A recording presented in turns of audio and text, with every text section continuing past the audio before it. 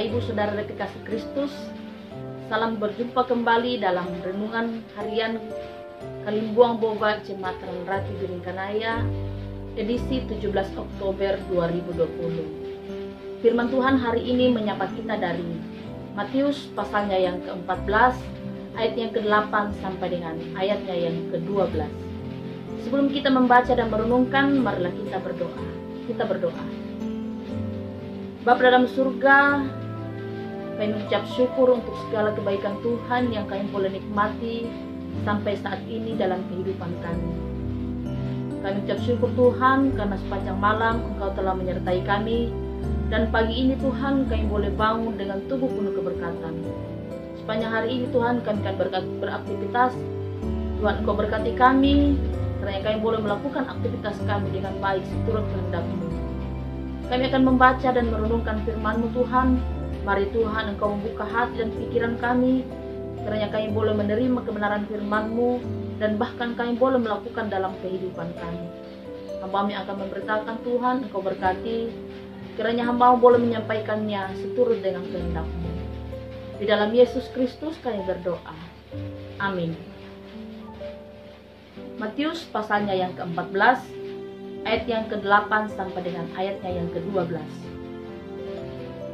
Maka setelah dihasut oleh ibunya, anak perempuan itu berkata, "Berikanlah aku di sini kepala Yohanes Pembaptis di sebuah talam." Lalu sedihlah hati raja, tapi karena sumpahnya dan karena tamu-tamunya, diperintahkannya juga untuk memberikannya.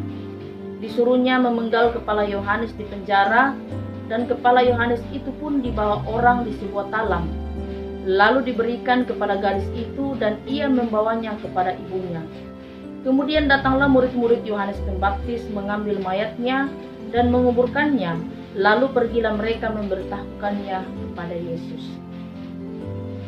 Sampai sedemikian jauhlah pembacaan kita, dan yang katakan berbahagia adalah kita yang boleh mendengarkan firman Tuhan. Amin. Saudara-saudara, tema perenungan kita pada saat ini yaitu Yohanes Pembaptis dibunuh. Yohanes Pembaptis dibunuh karena perintah Raja Herodes, yang dilatar belakangi oleh karena Yohanes Pembaptis menegur Herodes ketika dia menikahi Herodias, istri Filipus, saudara Herodes sendiri. Yohanes Pembaptis sangat tegas menegur Herodes, seorang raja besar. Dan biasanya dalam kehidupan kita, saudara-saudara, kita akan segan untuk menegur seorang pimpinan atau seseorang yang memiliki jabatan yang tinggi. Tetapi Yohanes Pembaptis di sini sangat tegas menegur Herodes.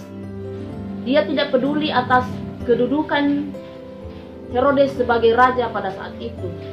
Dia menegur sangat tegas karena dia melihat bahwa apa yang dilakukan oleh Herodes itu melanggar hukum, yaitu menikahi istri kakaknya sendiri. Nah, saudara-saudara kekasih Kristus, rupanya teguran yang dilakukan oleh Yohanes Pembaptis ini membuat Herodes tersinggung, sehingga diperintahkannya lah orang untuk memenjarakan Yohanes Pembaptis. Yohanes Pembaptis ini ditangkap kemudian dimasukkan ke dalam penjara. Begitupun juga dengan Herodias. Dia dendam terhadap Yohanes Pembaptis dan dia ingin membunuhnya, tetapi dia melihat bahwa kalau dia membunuhnya orang banyak akan melihatnya, dan dia menunggu waktu sampai Raja Herodes berulang tahun. Dan ketika itu juga dia melakukan permintaan lewat anaknya untuk meminta kepala Yohanes Pembaptis. Nah, saudara-saudara yang kekasih dalam Kristus, apa yang dapat kita pelajari dari peristiwa Yohanes Pembaptis dibunuh? Yang pertama, bahwa jangan pernah kompromi dengan dosa. Dosa tetap dosa. Tidak ada dosa besar, tidak ada dosa kecil. Jika kita melakukan suatu kesalahan yang tidak sesuai dengan apa yang Tuhan firmankan kepada kita, tidak seperti apa yang Tuhan mau dalam kehidupan kita, itu adalah suatu dosa, itu adalah suatu kesalahan. Tidak pernah ada pembenaran mengatakan bahwa kita melakukan suatu dosa atau kita melakukan suatu kesalahan demi untuk kebaikan. Tidak ada. Dosa tetap dosa. Saudara-saudara, dalam kehidupan kita yang terjadi adalah ketika kita melakukan suatu kesalahan, terkadang kita menutupi kesalahan itu. Terkadang kita menutupinya dengan melakukan dosa lagi. Misalnya seperti kita mengkambing hitamkan orang lain. Supaya kesalahan atau dosa kita ini tidak tercium, kita kemudian berbuat dosa lagi dengan menyalahkan orang lain. Seperti ini juga yang dilakukan oleh Herodes dan Herodias. Karena perbuatan mereka yang menikah, perbuatan Herodes yang menikahi Herodias, istri si kakaknya sendiri, itu adalah melanggar hukum Taurat. Dan mungkin juga Herodes ini ingin berdalih dan membenarkan diri. Ya, memang dalam Alkitab tidak diceritakan secara detail apakah suami atau saudara Herodes ini sudah meninggal, apakah dia berpisah atau cerai, ataukah Herodes dengan Herodias ini selingkuh. Memang tidak diceritakan secara detail dalam Alkitab.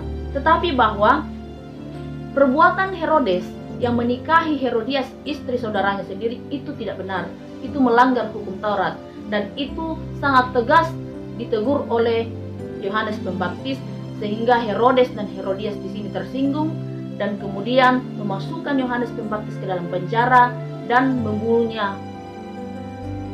Dan yang kedua, saudara-saudara dalam Kristus, apa yang dapat kita petik dari peristiwa di sini? Bahwa kita meneladani akan karakter Yohanes Pembaptis yang berani mewartakan kebenaran firman Tuhan.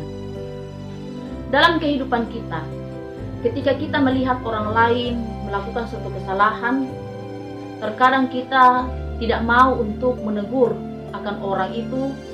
Kita tidak mau untuk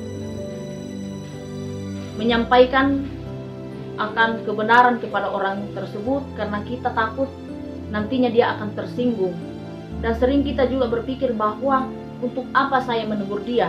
Toh juga tidak ada sangkut pautnya dengan saya. Itu terkadang dalam kehidupan kita. Tetapi Yohanes Pembaptis dengan sangat tegas melihat bahwa apa yang dilakukan oleh Herodes dan Herodias itu adalah tidak benar. Dan dia menegur secara keras. Dia tidak peduli bahwa dia adalah seorang raja. Nah, saudara-saudara, dalam bagian firman Tuhan juga di Yehezkiel pasal yang ke-3 ayatnya yang ke-18, itu sangat jelas juga dikatakan di situ bahwa ketika kita melihat orang lain melakukan suatu kesalahan, lantas kita tidak menegur dia, kemudian orang itu mati dalam kesalahannya, Tuhan akan menuntut pertanggungjawaban kepada kita. Tetapi kalau kita sudah menegur dia, kemudian dia tidak mau berbalik kepada Tuhan, kemudian dia mati dalam kesalahannya, berarti kita sudah menyelamatkan jiwa kita. Jadi kalau kita hanya melihat orang lain di sekitar kita, kita sudah lihat bahwa dia sudah melakukan suatu kesalahan, dia sudah berbuat dosa, lantas kita hanya melihat saja, kita tidak menegur, nantinya Tuhan akan menuntut pertanggungjawaban juga kepada kita. Jadi marilah dalam kehidupan kita, saudara-saudara, meneladani karakter Yohanes Pembaptis di sini. Memang tidak mudah untuk melakukan akan hal itu.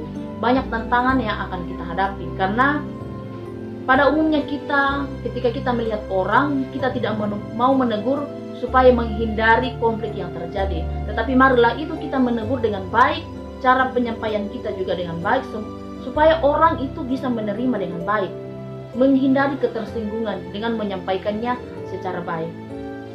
Kiranya Roh Kudus memampukan kita dalam kehidupan kita. Amin. Mari kita berdoa.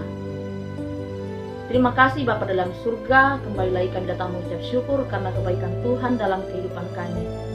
Kami telah diberikan waktu yang terindah, kami boleh membaca dan merenungkan firman-Mu. Kiranya firman-Mu yang telah kami dengar dan baca pada saat ini Tuhan, boleh kami lakukan dalam kehidupan kami. Sepanjang hari ini Tuhan, mari Engkau senantiasa memberkati kami. Kiranya kami boleh melakukan pekerjaan kami seturut dengan kehendak-Mu, dan biarlah semua yang kami kerjakan dan rencanakan itu Tuhan, boleh berhasil dan beruntung. Berkatilah Tuhan pemerintah dan bahkan jemaat-Mu Tuhan yang saat ini dimanapun mereka berada. Biarlah Tuhan Engkau memberkati mereka apapun yang mereka kerjakan Tuhan. Dan biarlah Tuhan senantiasa datang menjamah kehidupan kami satu persatu apapun yang kami hadapi saat ini. Biarlah Tuhan yang beracara dalam kehidupan kami. Di dalam Yesus Kristus kami berdoa. Haleluya. Amin.